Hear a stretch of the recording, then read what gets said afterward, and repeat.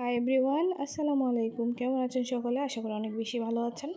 তো আজকে বিকেলের নাস্তা থেকে ছোট্ট একটা ব্লগ শেয়ার করব। প্লিজ সবাই ভিডিওটা দেখবেন, আশা করি ভালো লাগবে। বিকালে গরম গরম চার সাথে গরম গরম টাটাও রেডি করে ফেললাম। টাটা পেঁয়াজু বানাবো আজকে। তো তার জন্য ডালটাকে প্রথমে আমি ভিজিয়ে রাখছিলাম আধ ঘন্টা আগে। তারপর পেঁয়াজ কুচি করে নিয়েছি মিহি করে, আর নিয়েছি কাঁচামরিচ কুচি, আদা রসুন কুচি একটু করে, আর নিয়েছি পরিমাণ মতো লবণ, সামান্য জিরার গুঁড়া, সামান্য করে হলুদের গুঁড়া, আর 1 চা চামচ বা 1 চা চামচের চেয়েও কম বেকিং সোডা। তারপরে এগুলো দিয়ে সবগুলো ভালো করে মিক্স করে নিতে হবে। বেকিং সোডাটা সবসময় ইনস্ট্যান্ট ব্যবহার করার চেষ্টা করবেন, বেকিং পাউডার না, বেকিং সোডাটা।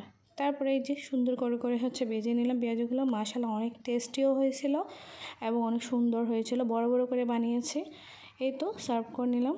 তারপর গরম গরম পেঁয়াজে, আর তারপর দেখি বাবা বাজার থেকে কী কী আনছে, দেখি অনেকগুলো চিংড়ি মাছ নিয়ে আসছে কচু দিয়ে খাওয়ার জন্য নাকি।